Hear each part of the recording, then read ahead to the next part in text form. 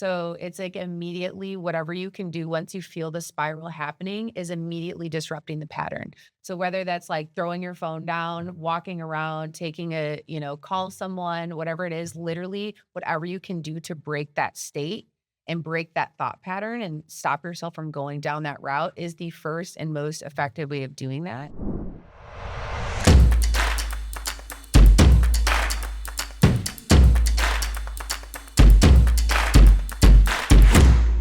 Tyler and me, Christina Olson, are hosting a place where we blend neuroscience, story medicine, healing, and raw, real conversations to unlock your inner potential and inner knowing.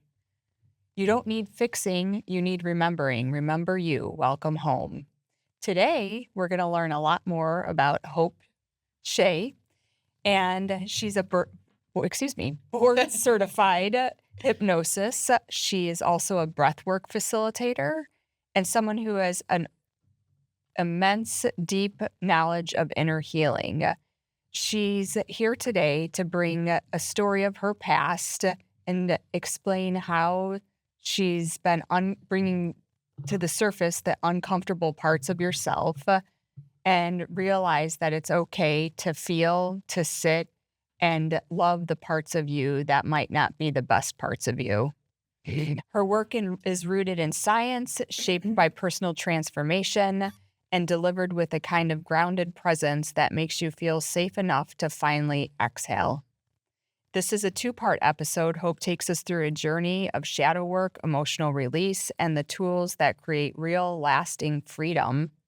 This is for anyone ready to understand themselves more deeply and finally feel better in their mind, body, and overall life. Here's the inner architect, Hope Shay. Yay. Thank you. Okay, cool. Well, I think the perfect place to start this episode, which I love the idea inner architect, that was Christina Olson idea, I got to give you a shout, is just really starting with one of my core values that I look at life from in every single aspect and is freedom. And really taking time to identify what that means. And so for the purpose of this episode, the goal is to really feel and understand the power of emotional freedom and what the work that we do to get to that place and how it overflows in such positive ways in every other area of our life.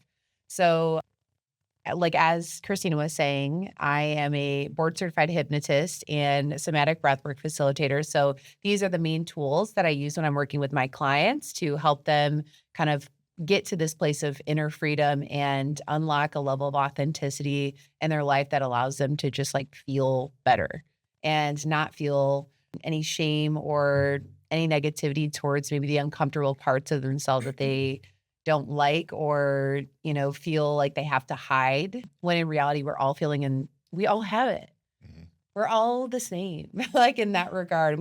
It's just different flavors, different stories and experiences, but ultimately those really heavy things that we carry, a lot of people can relate to it. And I think there oftentimes just needs to be conversation and like shining a light on it. And once we kind of bring these things to light, that's when the real work begins and the actual healing begins. And then these tools that we're going to be talking about a little bit later in the episode, which is hypnosis and breathwork, can just absolutely compound and, really 10x your speed to like really not only getting past the healing part, but just to like kicking ass in like every single aspect of your life.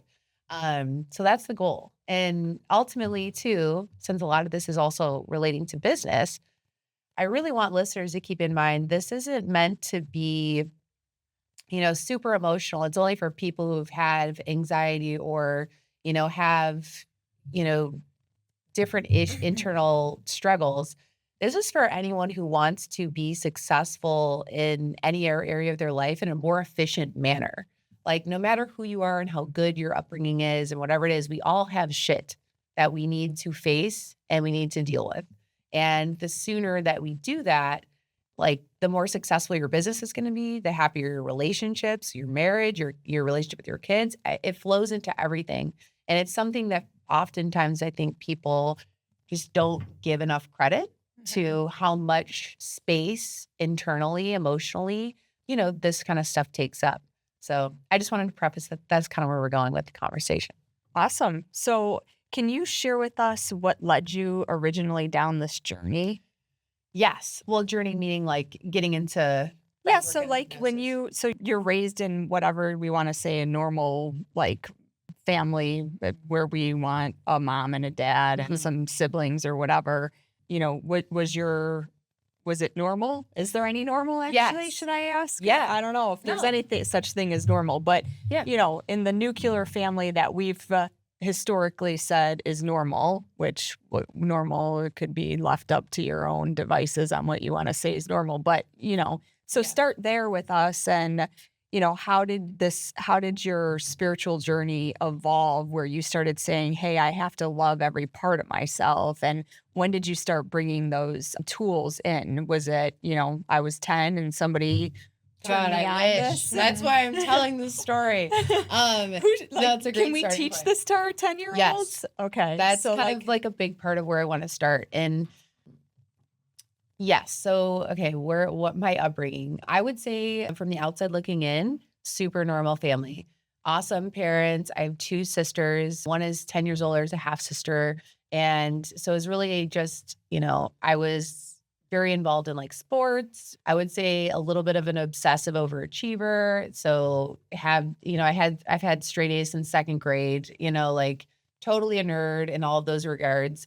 But there were themes of like pretty intense mental illness in a variety of my family members. And so at a very young age, I realized, okay, like I'm going to probably have to be working with, like, I'm going to have some tools because there's people around me that are struggling with anxiety, depression. And at the time, so I'm 33.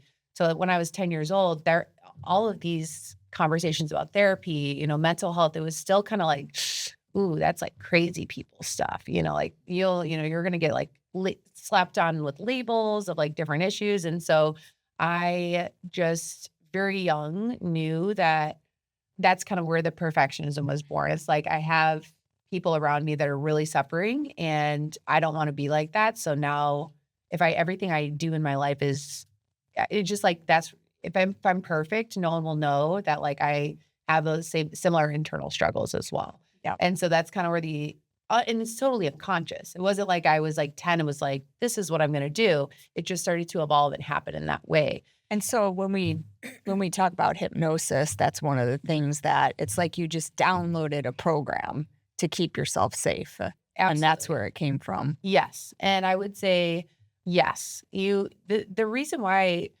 hypnosis is so powerful is because it's working with your subconscious mind. But for me, I felt that there was a part missing in that process. And that's where breathwork comes in for me.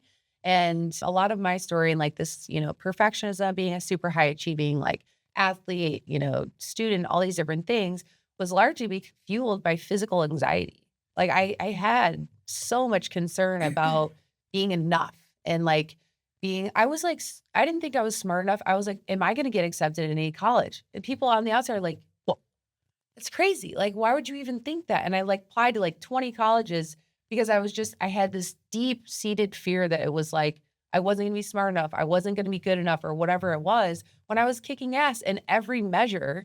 And it was just this internal world, which kind of goes back to our title of like being an inner architect. I wasn't architecting anything. It was an absolute spiral on the inside, but I just knew how to wear a very, very well curated mask. And all of that was completely unconscious. Like I was, a 10-year-old doesn't say, and then beyond, like, I'm going to make sure that no one knows this, it was just like something that kind of happened. And so, so that's kind of what led me ultimately to getting to this place. But a great starting place, before getting into like what, I love to use the term shadow work. And we were talking about that before we started. And, a great place to start is just that, like, it's just looking at myself from like when I was in high school, I was the captain of a soccer team, made varsity my freshman year, was in all honors and AP classes. I was the president of a volunteer club and grew it from like, there had been like historically like 20 people. I grew it to like 200. Like, it was just like, I was just doing all these things and with very good intention, but I would come home and just like crumble, because I was so exhausted from maintaining this perception. And even though I genuinely, my heart was in all of those things, it was just like on the inside, I was really severely suffering. And my number one goal with like being all this success was just like getting out and getting away and getting as far away as I could to like kind of figure out who I was. And so that process, the more I talk to people about it, the more I realize how common that is, especially with high performers, of like never letting them see you sweat, and never letting people understand, kind of what's going on in those inner workings. But like Jess and I were talking about the other day, it was like, man, if I would have had someone assist me with my mental game and with my, putting language to the feelings that I was having, I mean, who knows where I would have been in the suffering that I went through over the 5 or 6 years that followed that, unraveling everything. I could have been shortened to a year, 6 months, of just like putting language and tools to working through these very common issues that people have. So do you think there's a way to define anxiety and what that feels like in the body? Yes. I think there's a million definitions to this for everybody, but for me, it was just a constant need to be on, and also like not feeling safe in my own body. So it was just like as long as I'm doing and like, producing in whatever way, that was the only thing that brought me relief. And all that really was, what now that I know, was a dysregulated nervous system. So that's all it was. Yeah. And I also want to clarify too, everyone's experience with mental health issues or anxiety is so completely different. So this is really just like my story. And I don't want to take away from like what other people experience. But for me, it was just like I had no idea how to slow down. And I had no idea that it was just an agitated nervous system. And the only way that I found relief was running, and burning 5,000 calories every single day at, my 2-a-day practices and like weightlifting and all these things. It was like, oh, that's the only thing that makes me feel better. Well, no shit. Like, it's because you're moving the energy through your body. But there's other ways to do it without burning yourself out and like running yourself into the ground. And so how did you realize it was an agitated nervous system? Like, what made you think, oh, it's Yeah, I would say, well, I couldn't realize? Yeah, I would say I didn't have the language around all of that until probably about 5 years ago. But during this time, I finally started to learn about spirituality and I started to get into mindfulness. Was that in high school? Yes. Okay. Yes. My mom was like kind of sometimes listening to, there's 2 different routes of one with like Tony Robbins, like Wayne Dyer, that kind of started to put me on. I was like, okay, like they're talking about like affirmations and like having a positive mindset and like, your thoughts create your reality. I was like, okay, these concepts don't really make sense to me, but I know that this is a direction I'm supposed to go just like intuitively. And that's kind of, I think, what led me to beginning understanding what that is. But yeah, wait, were you about to say something? Oh, okay. Nope. No, okay, great. So I would say too, the concept of shadow work and why I want to talk about that is it's actually a concept that I did not make up, by the way. It is by a Swiss psychiatrist, Carl Jung. And all it is describing the aspects of our personality that we choose to reject or repress. And so for me in that time, it was like I had all of this shame around not knowing how to handle my stress and manage my anxiety. And I had a lot of dysfunction kind of at home regarding like the mental struggles that people around me had, even though on the outside, like I lived in a nice house, I like went to a good school. Like there was nothing, I never went without, so there was no like obvious signs of like real struggle. But because of that, I think it made me feel bad even more that I had these different issues. Cause like on the surface, everything was like taken care of. But eventually once I left that environment and went to college, that's really when things started to unravel for me because I stopped playing sports. So I didn't have the physical outlet anymore because I didn't want to play like I wanted to just go to school for the academic perspective and then insert substances here, where it's like I went to Auburn, which is a huge SEC school. I joined a sorority. The environment in general is just like super normal to like work hard, play hard. So we'd be studying, working, going to class all day and then like, tons of drinking and like partying at night. And that was just super normal. And so those issues, bringing alcohol into the picture really brought me relief initially, because it's a depressant for your nervous system. So I was like, oh God, I can relax. This is great. Like, and I hadn't really been a big partier. I was a nerd. Like I was, like I said before, just like overachiever in all those regards. And so now I was away from my family. I was away from what I felt was the source of a lot of my stress and anxiety. I was in an environment that had pretty much no rules outside of like just making sure you're passing, getting good grades and everything. And then in an environment where I was now involving substances, which I had never really experienced before, like to that level.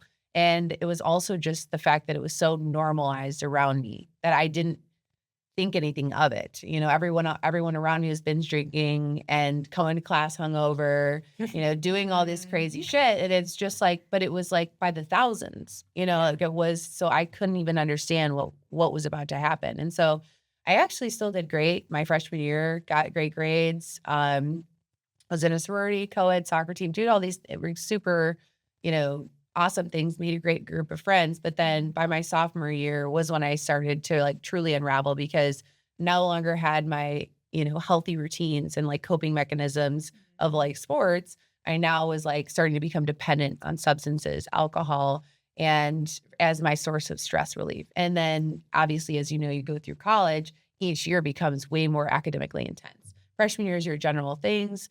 You can slide by, doing the partying. It's like the classes are not that big of a deal. But then when sophomore year hit, that's when it started to get really real. I didn't have the tools. And then I was starting to like really have physical panic attacks and like different things like that were going on. That ultimately led me to, I got academically suspended by my junior year because I wasn't able to keep up with the social lifestyle and then the increasing demands of the academic environment as well. And so, and it was kind of like the universe in a way giving me this huge timeout. It was just like, what are you doing? I needed that break. And even though it was like, I thought it was the end of the world, it really wasn't. It was this amazing opportunity for me to take a look at my life and like what was going on. And that's when I really fully decided to like make a huge switch with my health and my habits and different things like that. And I think to just stop you there for a second, a lot of people go through this, whether it's an academic suspension or it is I got really sick for 5 weeks and I got bronchitis and I couldn't go to work or whatever. So it's like your body literally, because of the anxiety, the pressure you were putting into it, the distraction techniques with the alcohol, it said, nope, no more. Exactly. And you had a break. And for you, it was the suspension. But I think for a lot of our other listeners, we've all been through it in different ways of like, there's a breaking point. Yes. And I will say that I thought that would be like the final straw, but it wasn't. But it was the first opportunity for me to reflect on my behavior and to really understand like, why am I'm noticing these loops? Why am I able to like keep it together, be super healthy and like on my shit and like in this, super structured environment. And then I hit a wall and then I go back to all these patterns. And how come I cannot break this cycle? And so it was the break was great because it was a moment for me to gain awareness. Unfortunately, once I got back from that break, came back, was fine for another semester, I had another really huge screw up moment where that was where the real awakening happened. And it was actually, I didn't think I was going to share this, but we're going it. We're going to go for it. It's not that bad, but like it was after a year and a half of like, I hadn't gone out and partied. I was like really on my A game. I like stopped hanging out with people who were about it. And I was like, like I deserve to go out. Like I haven't been out. I've been, kind of bored. I've been like really dialed into all my work. And I decided to go out and go super hard that night. And then I got so intoxicated that I actually woke up in Auburn's local county jail.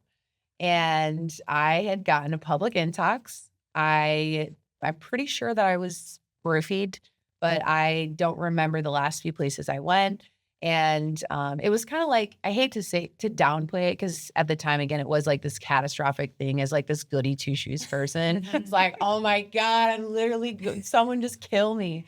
I it was kind of like a local like drunk tank for college kids. So it was like everyone else there was also like a college kid. It wasn't like I was like in a jail, Yeah. but I sobered up the next day, was mortified, had to have someone come pick me up. And it was just like, that was the actual rock bottom for me. And that was the point that like truly opened my eyes to, it was a form of crisis. I was only 21 and I had never been in trouble in my life. And it was this breaking point for me of just like, okay, I can go one of two ways with the situation.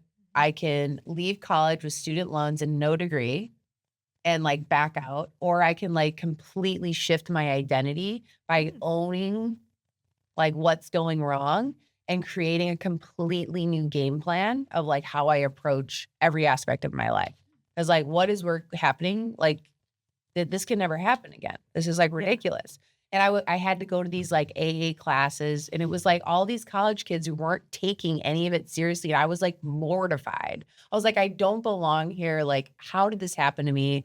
And then I had to, a part of my like, punishment or whatever, because it was just a public intox ticket. They put me into the drunk tank for my own safety. I love that word. That's really what it was. I should say it was like a local jail, but like every single person there was like a drunk college student that like, they didn't know what to do with. Yeah. They're like, well, I don't know where she belongs, so we're going to just put her here. Yeah, it's like, God, it's so ridiculous. But anyways, Do they give you IVs there? I'm just kidding. I freaking wish. Nowadays. Yeah, I wish. My God, it was not that. They were just like, you're a nightmare. Like, You need to feel the pain. You yeah, need to learn from this.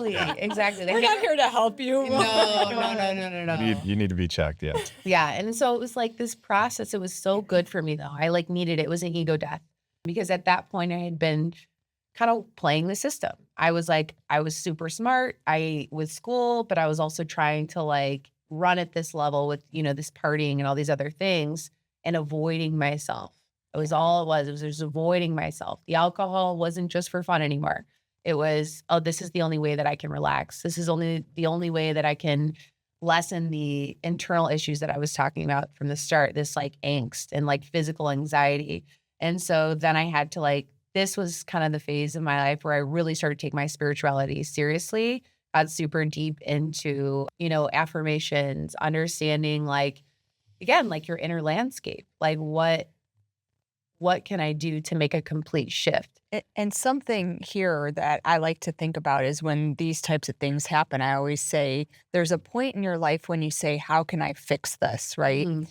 Where you're sitting there thinking like it's this path or that path, and what did I do wrong, and what part of me played, the demise that I'm currently in, or my death or whatever. But then there's this other question that is kind of lights us up, right? Is where did this come from? Yes. And so were you at that point where you were like, yep, where did this come from? I'm going to dig deep and... Absolutely. And I think that's a great transition. And also too, I had never been in trouble in my life. Yeah. I had literally gotten maybe a speeding ticket. Maybe a detention. I was such a goody two shoes person. So for this to happen to me was just such a reckoning moment that I needed. And it was amazing. And my dad actually, I don't think even knows this story. My mom kind of kept it low key. So hopefully he doesn't listen to this. Okay. Because I was like, my baby girl, like my goody two shoes. It's like, sorry, Dad. But I'm sure she's told him by now. But yeah, so the first steps that I took from that point was just at that time, I just needed to get fully sober. So, and that wasn't just from substances. It was from friends that weren't supporting. I was like, who is around me? It's really understanding who you're around and the influence that you have from a, physical friendship standpoint, What music am I listening to? Wow. What am I watching on TV? Like, I just started looking at every single input, and I took an audit of my life, and it really looked at, or an inventory of like, who am I without all of these inputs? Mhm. And so like, how can I clear the slate? And then also like, who do I want to be? What person do I want to build myself to be? And to can become? I pause you there for a second, Please because do. that's a really important thing, I think, for our listeners. And I think, Michelle, you talk about it a lot, where it's, you're the owner of the blueprint of your life, right? And so can you give the listeners a few ideas on how they can start to clear things out of their life, or like start asking some questions to help with some of these distractors that we use? And then maybe even maybe a step further would be so that they can help their children. Yes. Right. Yes. And actually, I wanted to say too that the reason for, going kind of through some of these bumpy moments in my life and sharing this with our listeners is that, number one, I'm really uncomfortable sharing this. I don't like putting a spotlight on these things, but I have lost really amazing people who, I specifically, one of my really good friends, I lost to suicide in high school, and they were similar to me. Super high performer, super outgoing. Everybody loved them, the class clown, all of these things. And then one day we get a text that they, took their life. And this was it's like, to me, having conversations about this the goal is to empower parents or empower other people who are building businesses or, think they have to be perfect, that like the minute you stop trying to be perfect and you start having real conversations with yourself is where the breakthrough really begins. And I truly believe that healing isn't always light and love. It starts in the dark, and it starts by like looking at yourself and asking yourself these questions. So to kind of back up to what you're saying is just number one is looking at every single input into your life. Your mind, the way that your mind works and your subconscious mind works is that it's taking every single thing in, and it's like creating a program, whether you're conscious of it or not. So I was listening to like hardcore crazy rap music, like all the time. I was like, Oh wait, pause there. Hold on, around- pause there. Yeah. I try to tell my son this, that it sounds the music crazy, that but you listen it's so to, real. the music you listen to defines your life, because what they're saying and the words that you're repeating is what you're putting out there into the world. Yeah. And so how did you change, like there's a taste for that music. How did you say, okay, that's going to be one thing that I'm going to change, and instead of singing those lyrics, I'm going to sing some other types of lyrics? Well, I at the time, again, I was still like a 21-year-old. So I was kind of like your kids probably. I was like, that's lame. Like, I'm not thinking about that. That's what my husband said. Yeah, Oh, like- it sounds good. What's Like, the this best? is cool. Like, I love 3-6 Mafia. Like, I'm not going to stop listening to that. But it's like, that is probably not an influence that you should be giving the program to your mind. Right. So I would say step one is like literally ask yourself what you're drawn to in every single aspect of your life. So who are the people in your life? What does their life look like? What is their behavior patterns?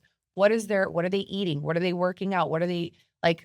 What kind of TV do they watch? Like all of those things from really, it seems like things that don't matter, but those are the things that like create the biggest influence, not only on yourself, but it's your subconscious mind, and it's deeply rooted into like how you will start to begin to behave. Yeah. So Well, and your perception of the world. exactly. So at the time, I didn't have real friends. Like I was popular. I had a ton of people I could hit up at any time to go do anything with, but they were people that like I couldn't go deep with. I couldn't have a conversation like this with, which is like crazy to me.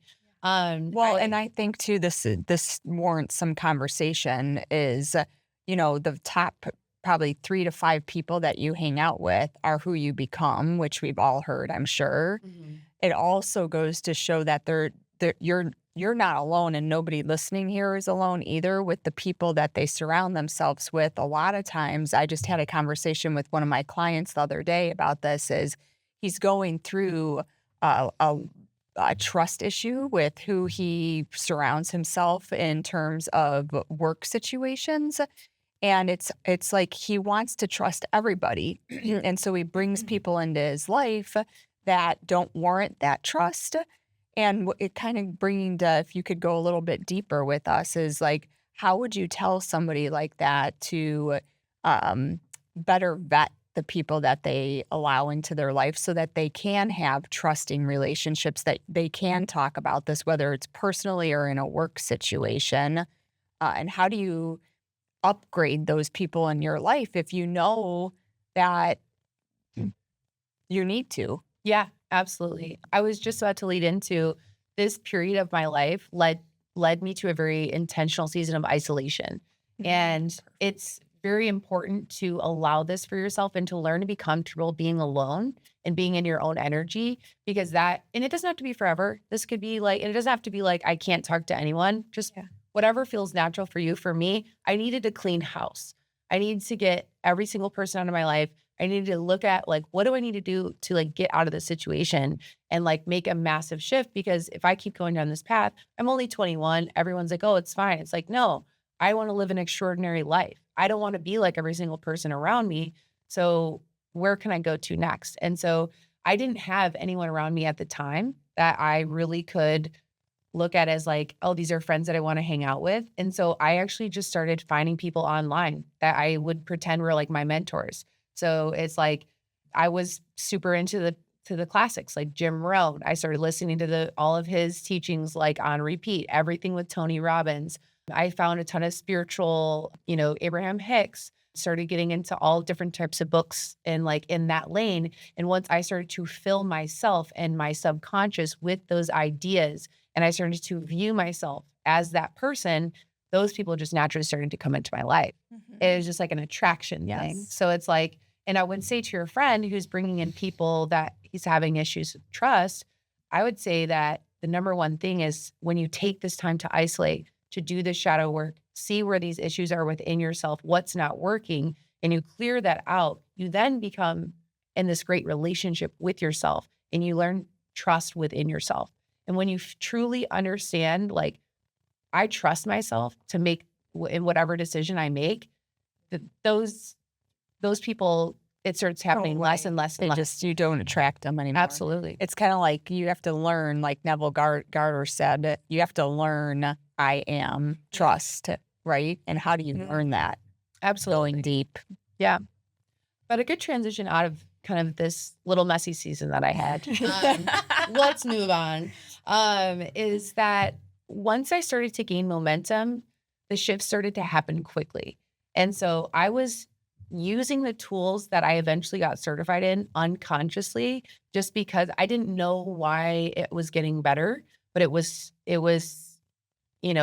I just knew like, okay, this works for me. So I'm going to keep repeating this habit, and that was for me getting really into, I'm sure Justin can talk a lot about this, is that having trust in your health and your body and like really, honoring your body as a temple goes hand in hand with like working with your mind. So for me, obviously when I was drinking wine and laying around and not doing anything and like making all these bad healthy choices, that was feeding into the negative thought patterns, that was feeding into the anxiety, that was bringing this super tiny, tiny amount of relief in a moment, but then leaving a wake of devastation, as any time followed that. So once I realized health and mental wellness were hand in hand, that's when it was just like, it became a joint journey for me. So and I was an athlete growing up. So it was just like, I knew that this was going to work. So I got super back into fitness, super into nutrition. I did a huge period of isolation where I just really didn't have like a lot of friends. Started guarding my mind, like as if it was like, there was like a gate to my mind. It's something Tony Robbins really talked about, is like, really pay attention, like who's projecting onto you, what information, thoughts, beliefs, ideas, does that actually resonate as true for me? Is this helpful to where I'm going? And it sounds, all of this started to help you remember you. Literally, that is the perfect way to put it. It just helped me understand who I wasn't. And so I think the best thing to do is just to start asking your question, who are you without all of these external inputs. And they don't always have to be bad, where it's like, who am I without my career? Who am I without, the success, my financial success? Who am I without, the toxic inputs or like drinking, caffeine, like all these different things, and taking time to like sit with yourself and, feel into that. Well, and I think a good question too for any of our young listeners are, who are you without the influence of your parents or your teachers or your guidance counselors or your coaches? Who are you? What resonates with you? What gives you freedom? And we don't ask our young kids that ever. Well, no. And I think, after getting through this season, starting to get into my professional career and like having the momentum with my mental health and all these different things, is that I just would look back at those times and I wish somebody would have sat me down at that time, in these, especially these formative years, and said like, you don't have to be anything. Yes. Like, let's create a container for you to explore what is you're drawn to and you're interested in, without this like obsessive pressure of like and having a tangible outcome. And loving the mistakes that you make, because mistakes create change and change creates beauty. Absolutely. But yeah, sorry. But I was thinking it's more about who are we deciding to be. In all our experiences, we're getting clarity of who we want to be. So you decided you didn't want to be that person that ended up in the yes, the drunk tank. Right. I'm so using that word. Yeah. Phrase. So you Common in decide the that. SEC world.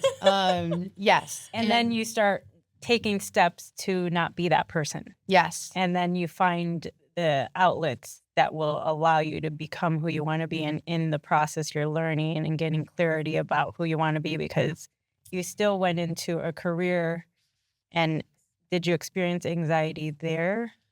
Yes. And I would say that, so the period of isolation, taking an audit on yourself and understanding, like, especially if you're in this moment of crisis, like, what do I want to do? How do I move past this? Mhm. That's like step one, is like actually getting a lay of the land of your internal world. Mhm. So if you're going to become the inner architect, you need to know what's going on. So what are the common things that I'm talking about? What are the common thoughts that I'm having? What are the people I'm around? Really just take 30 minutes. Like, it's not that hard. Yeah. And then once you have that, you know where you're at as a baseline, and then looking at who is someone else that I really love what they have done with their life. And I think, to me, having a physical example of someone who has a career that I wanted, has a look that I wanted, has like the friends that I wanted, or even the way they spoke and they showed up, whatever it was, that was just an amazing anchor point outside of myself to begin reverse engineering and saying like, okay, if that's what I want it to be, now I need to create steps and listen to what they did in their story to like actually get to that place. And even though I wasn't trying to ever emulate someone else, it was just to get me to the next phase of like, not shaming where I was or what I was at, but it was like, okay, what is the direction that I actually want to go? How did, because I believe coaches and mentors are like the shortcut to success. Totally. And when you surround yourself with the 3 to 5 people and you're around the people that you truly look up to and are willing to just dismantle your own beliefs and your own ways of doing things. And as Bruce Lee has put, empty the cup so that you can fill it up with the right things. Yep. Because you had to get to the state of being alone, isolated, to be able to then see the mentor or the vision of yourself at that level that you wanted to see, but maybe you didn't know that at that point, right? But what was that moment for you? For you go through this isolation, the next phase of your life, the next level of your life, who triggered and what was that? Such a great question. So survived this like messy moment in college, early 20s, start reprogramming myself, becoming super obsessed with the concept of a growth mindset because I'm listening to Jim Rohn, Tony Robbins, all these different things. And then I get into the professional world and just absolutely start getting my ass kicked again. Because going from college to your first job my background's in marketing. It's a brutal transition. Like, you're going from learning from a textbook to applying real world knowledge to something you have no idea how it works. And of course, my first boss was like the worst of the worst. Like and it was like the universe kept giving me these opportunities for me to like develop myself. She was like, people would come out of her office crying. Like she was just like brutal. And it was like, this is an opportunity. Like, and as I would sit in my car and I would be like, my God, like I just got out of this. And I'm like so sensitive, you know, at that point. But I was like, no, this is an opportunity to develop more resilience. And this is now another opportunity of like, I don't want to be here. So like, now repeat the process and keep moving forward. So that boss was not your mentor. it was Or was she your mentor? No, to me, actually, that's why I brought that up, is that she was a mentor in the sense of, this is who I don't want to be. Yeah. And I never want to make people feel this way. And so, and this isn't the only way. And so then moving on to, different professional experiences, personal experiences that ultimately led me to continue deepening and refining this work that we're talking about. Again, it's just asking yourself the hard questions. And I would say I was really through like the thick of it, as far as, my lifestyle habits were really good. I, started finally having really genuine friendships. And I was really in this place where I was starting to have like work that felt meaningful, but there was still something really missing for me. And it was just having those actual tools and language. Like I was doing all of this unconsciously. So I didn't have like a blueprint at this point of like, what can I regularly do to, create this regulated nervous system state so that I can make decisions from a place of authenticity. And that's when I started to learn about breath work. And that was really about like 5 years ago. And I started a breathwork practice, just watching free YouTube videos. I started going to like hot yoga classes, just really realizing like, oh, okay, like there's a way to like physically calm myself down and get out of the fight or flight like state that I had regularly been in, again, unconsciously. Yeah. And then once I'm out of that state, now my mind clears. Oh, well, now that my mind's clear, like why am I even going in this route with my career? Why am I in this romantic relationship? Why do I have all of these people around me that, some are a hell yeah, and some of them are like this, that we're not going in the same path. And so that's why I have such a huge emphasis on first regulating your physical state, because when you're, in that state of stress and you're constantly, dysregulated, you really can't connect with what is like true for you and what is authentic for you. And so once I got to that place of getting into my body and really understanding the power of, stepping into that state, that's really when I began to experience true freedom. And when you start to experience that level of freedom of, oh, I don't have to wear this mask. I don't have to be the good kid. I don't have to be the perfect student. I don't have to be, the overachiever. I don't have to be all of these things that other programs that were downloaded onto me. I can sit with a clean canvas and I can create this for myself. And that all was really born from having such a powerful breathwork practice. And then ultimately led me to, okay, now I'm chilled out. This is great. Now I'm starting to know what's me, what's not me, what my interests really are, what it isn't. I start to create confidence around that. Then it's like, okay, how do I reinforce this to create changes more quickly? And that's when I started to really get into understanding the subconscious mind and the power of what we're saying to ourselves. Everybody's like, say positive affirmations. If you're in a state of fight or flight, that is not gonna, it doesn't matter what you say. Right. Like your conscious mind is like in survival mode. And so that's why once you get into that regulated state, your body's calmed down, and then your mind is relaxed enough to actually receive, those affirmations or different thought patterns or different things, suggestions to go into a different route. So I have a question about that. So going back to your anxiety. Yeah. So could you give us like an example of like a thought process that you were in with the anxiety and how you used maybe one breathwork technique to calm yourself down, shut that worry off, and bring peace forward? Yep. I would say that this is a part of the internal audit. So after you take an understanding of baseline of like where you're at is taking note of your triggers. So things that, when I'm in this situation, it heightens my anxiety. Why does it do that? And take. So like, I love examples. Yeah. So I'll just use me. So Yeah. I love to worry about what I'm eating, Mm. literally. Like, and even though I'll end up like having my cookie at 3:00, we've all heard about. Yes. But I'm like worried, like, okay, is this beef stick, how much stuff has in there? And then like what, and then like what's like the additives, and is it going to cause cancer? And like I go down this like path of like anxiety and like worry. So how can I, if I'm sitting in the grocery store looking at 16 different things with my Yuka app, how do I quiet my mind? That's a great question. And that's a very foundational component to hypnosis. And it's like thought disruption. So it's like immediately whatever you can do once you feel the spiral happening is immediately disrupting the pattern.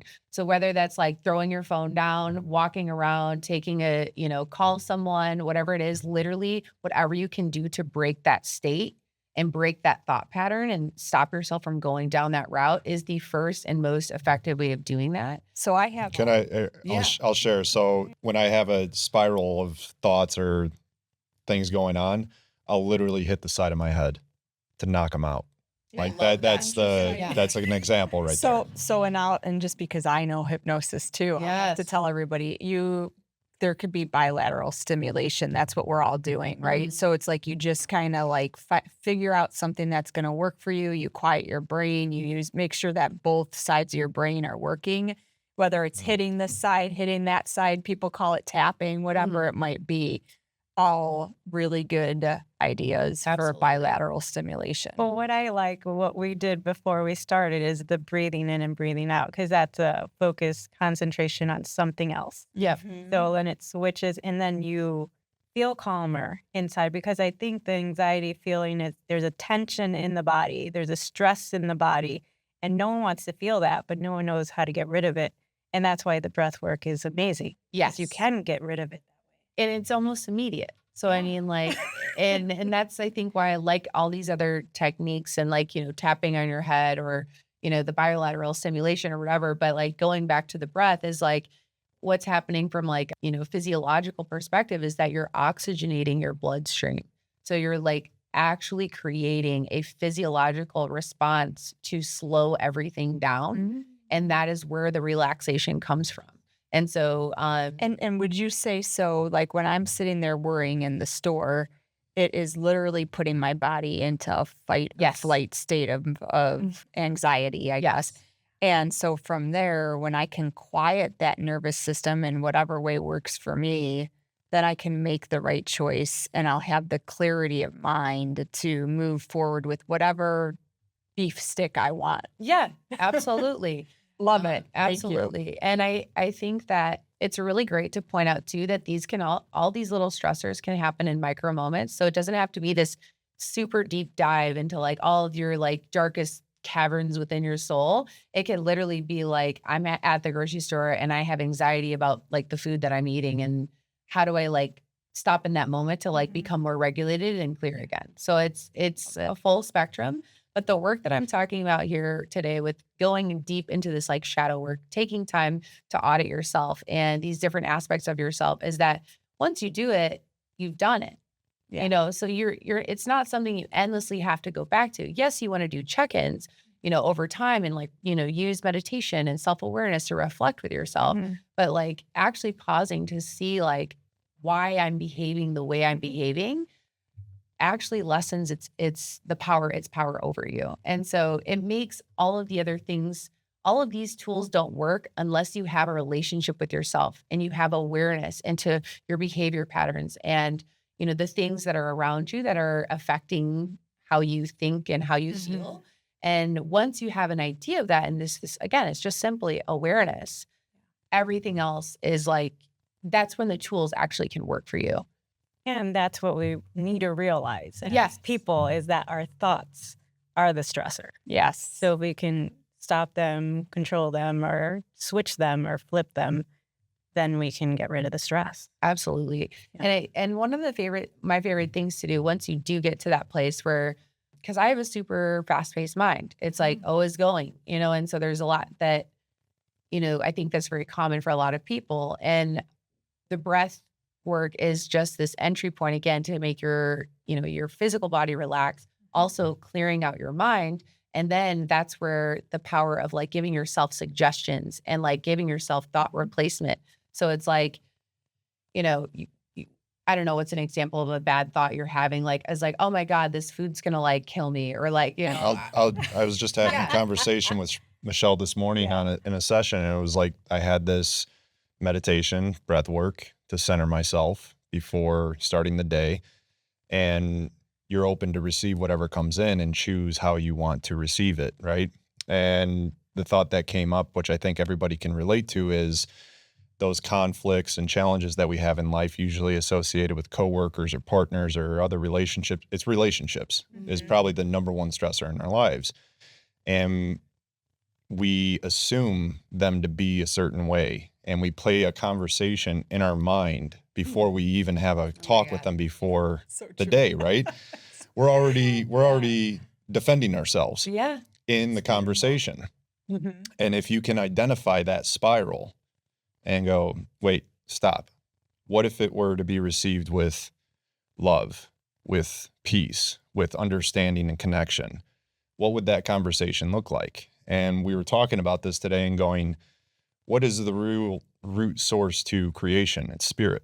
It's beyond what you can see in the physical world. And you take that reality on and go, I'm tapping into the true person there, the one that I imagine, the one that I assume them to be. And that puts you into a more peaceful state. And we got to do that with ourselves first and foremost, because we're hardest on ourselves.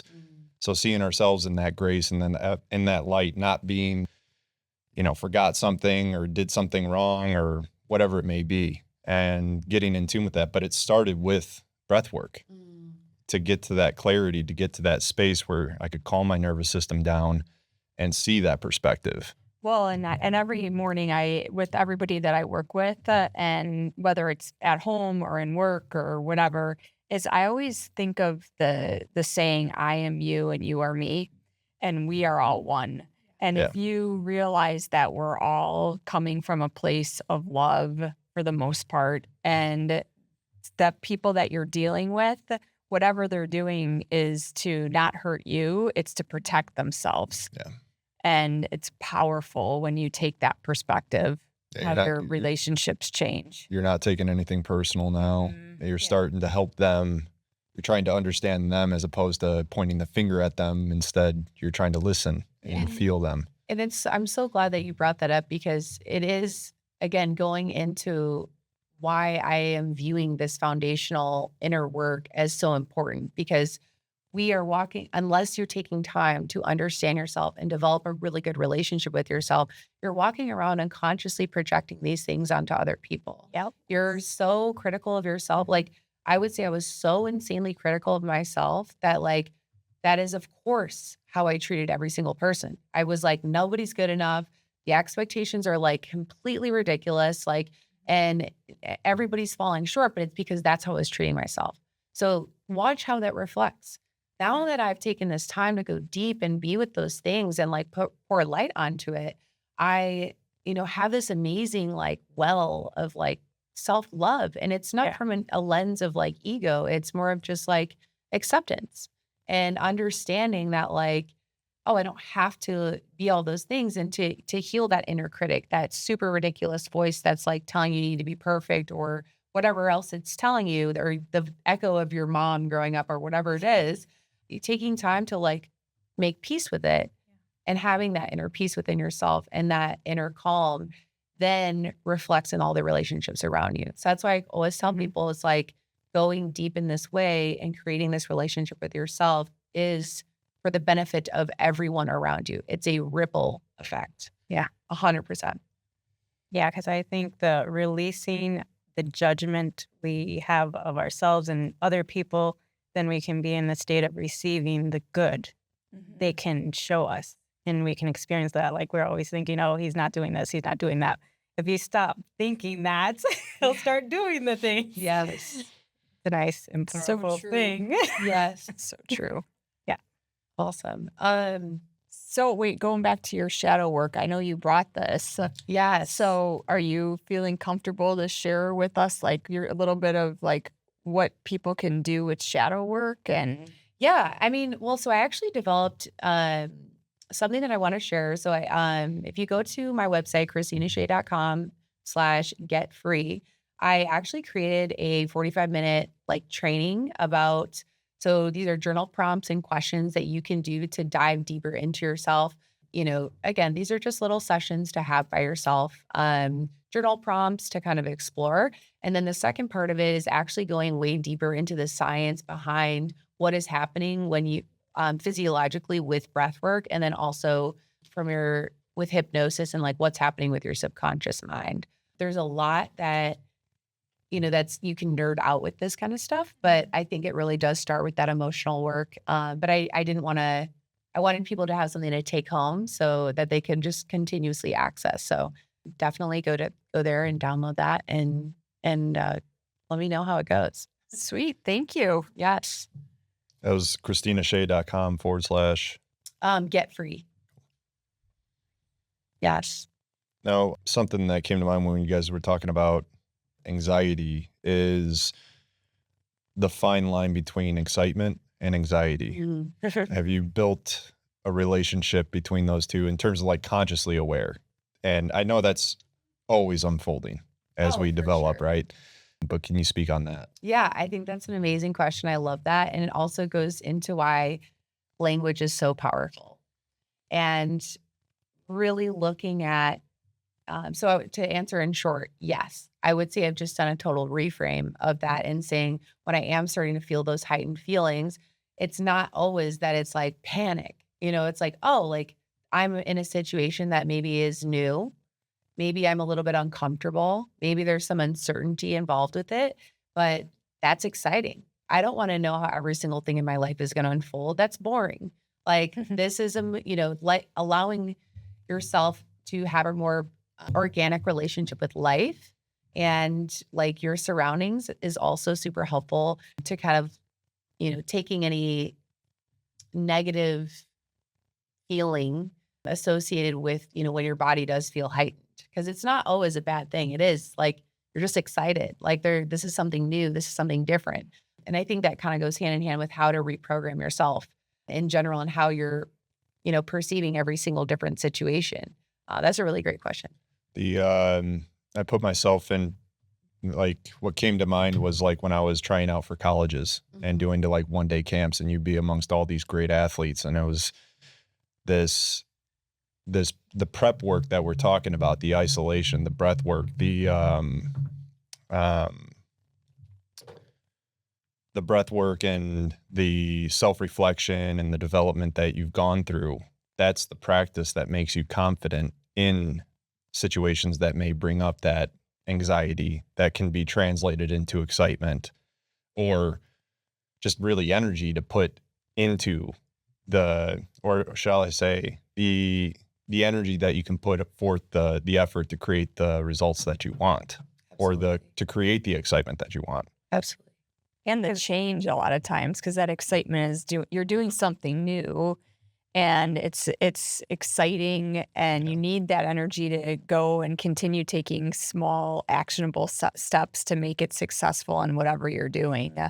It's really important to redirect from the negative worry energy to the excited, I'm happy to be here. I'm taking steps. I'm having this life journey right now. Absolutely. And then to think of high stress situations like that and being in competition with other people, your mindset in all of that. Are you thinking, I can do this, I'm going to figure it out? Or are you thinking, oh my God, I can't compete with these people? Well, and I think another way I think there's a reality of the situation that comes into play. And that's why I love going deeper than just, everybody speak positively and have positive affirmations. It's like when you're freaking the fuck out, like that doesn't work. And so, in those situations, the way to reinforce that is coming up with a list of times that you've been successful or you've had success overcoming that specific thing, or like really having on hand a list of times where you felt confident because you did XYZ, whether that's navigating a uncomfortable conversation where it came out with a really good result, or like winning a competition, whatever that is. But like having those lists of things ready for you when those stressful times come up, to pull on and remind yourself and say like, no, I've done this before. It's a level of reinforcement that actually makes those affirmations land, because you're building that trust within yourself. You're not blowing smoke. You're like, no, I have a track record of doing X, Y, and Z. And so I think that kind of leads me to my last really big point here today, is just talking about or understanding like the language that you're using and how your subconscious mind is always listening. Mhm. And so when you say, and I can't wait, I've been wanting to challenge you on this forever about I need my cookie, or whatever else. It's like, well, you do, because you say that. You always say it. that. It's like we all do it. Thank you for making me a better person. No, I'm just saying You're it's just a deciding. perfect low-hanging fruit example. Like, I need my cookie. I need to do this. Or like my mom always says that. It just drives me nuts. She's always like, well, I'm lazy. And it's like this is this identity Yeah. that you're clinging to. Right. When it's like, no, like you've literally worked 50 hours this week and you're understandably exhausted and need to rest today. Mhm. It doesn't mean you're a lazy person, but it's like, because of whatever her inner story is about all of that, Yep. it's like, now I'm lazy. Now I'm lazy. Now I'm lazy. Now everything's starting to be lazy. Yeah. And so it's like realizing that like your words are spells when it comes to like how you want your behavior to be. And Oh, it's so true. I'll give Yeah. another example, and I've had to really work on this. I always say I'm tired. Even if I get like 8 Yeah. hours of sleep, and I'm like, Yeah. if I have a little bit of a low energy drain, I'm sitting there saying I'm tired. I'm done. So I'm like, every time I say that to myself, I'm like, no, you didn't need to rest, and you have a lot of energy. I am energetic. I am energetic. well, and I obviously we can't, there's a level of just like, yes, sometimes we're tired, but it's like looking at the things that you're regularly saying to yourself. Like there's nothing wrong with being honest about like, I got my ass kicked today at work and I'm exhausted, but like the things that you're repeatedly saying to yourself, like taking note of that. Yeah. And saying like, is this actually serving me? And even if it is, like, you just want to replace that with something that is going to give you a better outcome, even if you're not fully believing it at first. Just becoming in the habit of saying that actually can make such an incredible difference with how your subconscious mind is like viewing yourself even. Mhm. I think one easy example for me is just like, I used to always say that I'm not a morning person. Mhm. And because I just liked more being up in the nighttime, because there's another version of being, the Yeah. world is quiet. Uh-huh. But I created this whole story, and it's like, I completely shattered that, because I actually love being up in the morning now. And it's like, it was just like, it's not even that hard. It's like a thing that is just like, I had this identity so built up in my mind.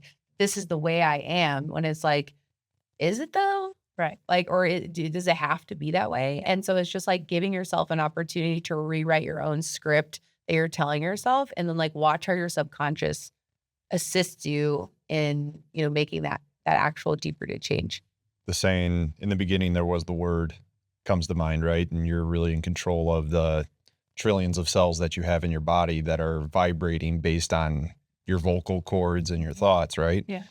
You talk about the shadow work, and everything you're talking about just screams identity. And you and I have talked about this in terms of that there's a version of Hope that there's a black mamba, and then there's we talked about spirit Yes. animals, but could you Yes. talk about like the importance of identity and how you branded yourself? Yeah. Oh, that's such a great question. I would say that understanding the power of identity is going to take you further than any of these tools that we're talking about.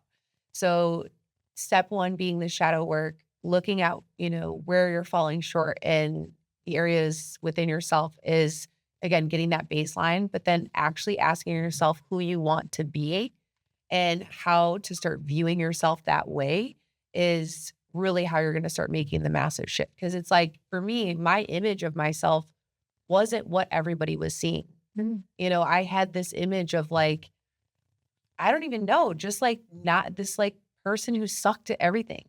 Like, and it was like, I had results to prove to me that that wasn't real, but it was that I didn't take time to like sit with myself and actually work with, you know, like, what is my identity? And that's why I say for people who are a little more anxious or are in the process of shifting their identity is sit down and come up with a list of amazing things that you've done that you're actually proud of.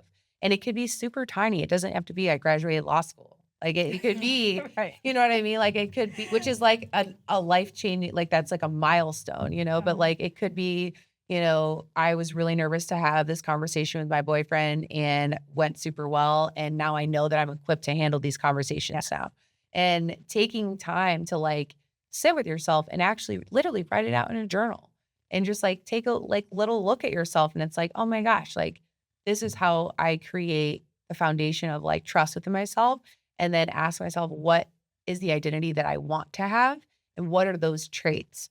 And so it's like listing out for me, like Layla Hormozi was a really big online mentor for me. She's like a really powerful, very successful entrepreneur and had a very similar mental health journey to me. So she was, you know, it was like when I found her, it was like, oh my God, you know, yes, like there's someone who hid all of these things and covered it up with performance. And then once they got to that success, you know, started to share how you can skip all of that. And I just looked at everything that she was showing up as. And I was like, these are traits that I really want to embody as and she's showing up, she, you know, really put together, you know, every day, like that's what you talked about is like for her is like dressing simply like how you know, put yourself together in the morning and being in alignment with, you know, who you want to be is like such a low hanging fruit thing to help with your building your identity. The words you say, how you speak, you know, just those character traits. And then I just started to like look at every day as an opportunity to like start testing it out. And it's kind of like, you don't need to tell anyone about it. You know, this can be a super personal, quiet inner journey that you're doing and working on with yourself. And eventually people are going to start noticing. It's like, hey, like you feel super different. You know, like, what are you doing? It's like, you're going to start radiating from, you know, glowing from the inside because you're doing this work to not only provide yourself relief, but to embody the person that you want to become. But yeah, that was a really good question. Cool. There's something that reminded me of kind of your isolation journey. And I could relate to many of the stories that you went through. We're very similar. Yes. Yeah, we got a lot of commonalities and similar ages too when it happened. My TV broke one time and I never replaced it. And I went for 5 years without a TV. And it was probably the best time of isolation, just in a very simple, I didn't have to remove people from my life. It just created that space. And so screen time is one of those big things that we all immerse ourselves in so much, and it just pulls us away from the inner screen. Yes. And looking at that. I would say, and that's something too that all my friends would always like give me shit about this, but it's like, I stopped watching TV for like a long time and I only watched things. It was a little militant. You're talking about extreme? I will say that was at the time but I needed it. So like for me, I wanted to create radical change and I needed to like make a massive shift from where I was. And so that's why I did these very radical things. Yeah. And it and I started to see results so fast. So it was reinforcing my behavior.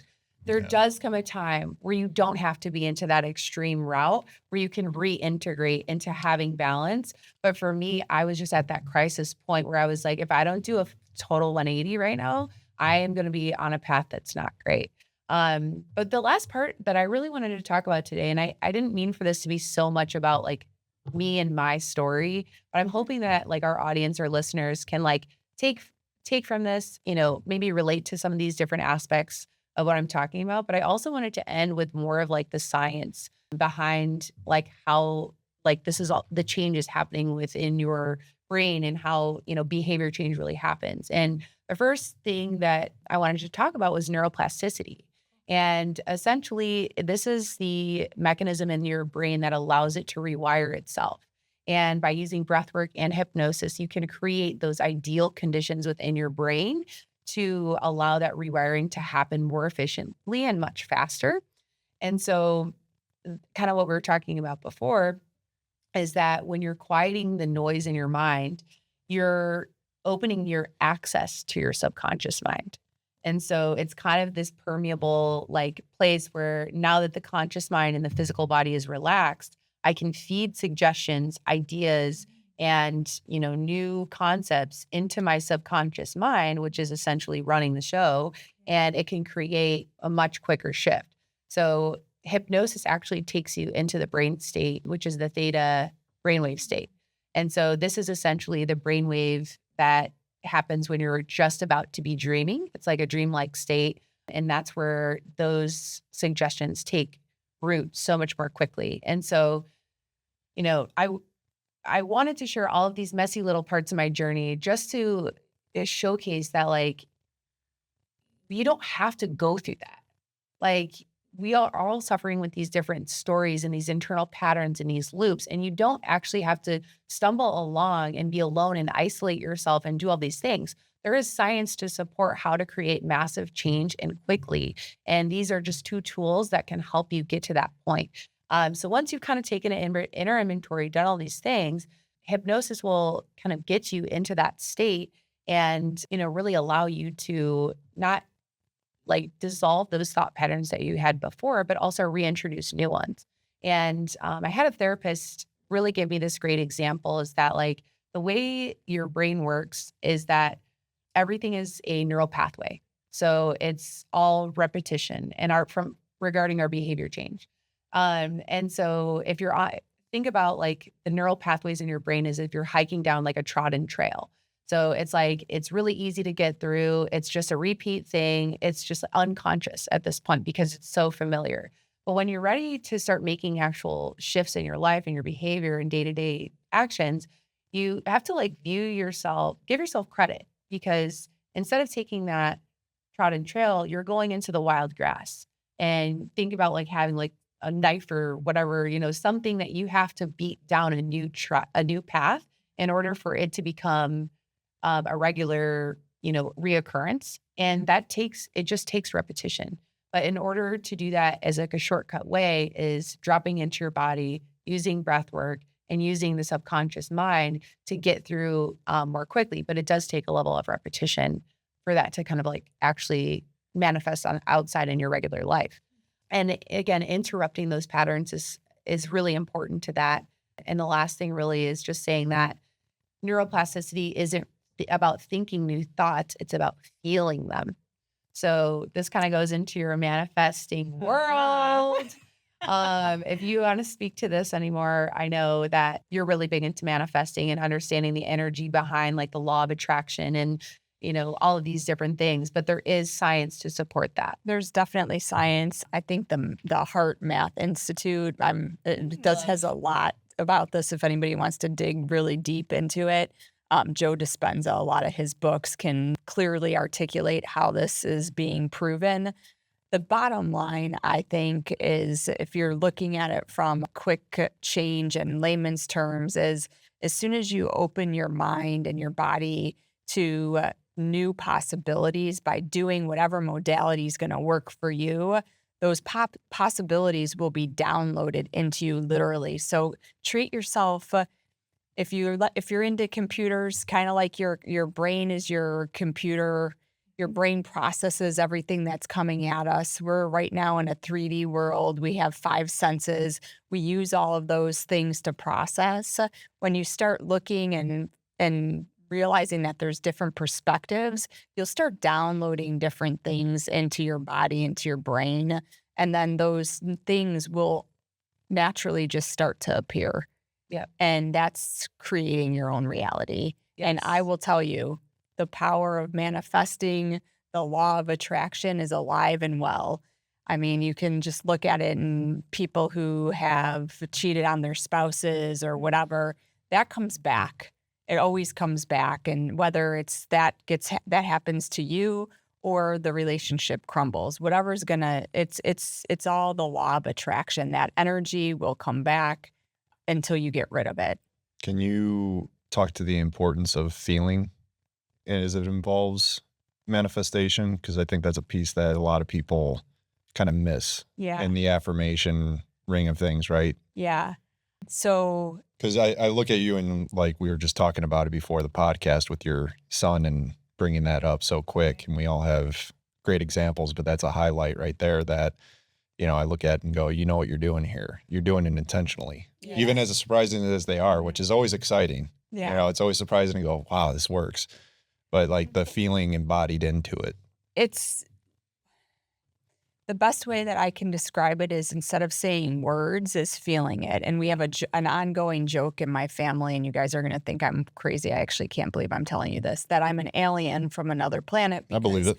We're from the same planet. I do not use words to like really the best. Feeling is the language. Feeling in my energy is how and so sometimes I get really frustrated because I'm like, can't you just feel what I'm trying to tell you? And instead they're like, no, you need to use your words, Christina. And I'm like, okay. So you have to feel. And when I'm talking about this, it's like, I guess since we've talked about worry and anxiety a lot, worry and anxiety have a feeling, a vibration. It's like tense, your body. It's all these things that Hope's been talking about with letting things kind of slow down, slowing your nervous system. When you slow your nervous system down and you stop feeling that energy of anxiety, of worry, it brings you to a different level of vibration. Now you're feeling calm, you're feeling peace, you're feeling freedom to breathe. And that feeling feels, even by saying it, feels just so much like more relaxing, and you're raising your vibration. And then it's like tuning. I'm sure you guys have all heard about this, like in different things you've listened and watched, but it's tuning your body to that radio station. And then that's the radio station that you're going to start listening to. And so when you can tune your feelings to that, you'll start attracting those songs and that radio station.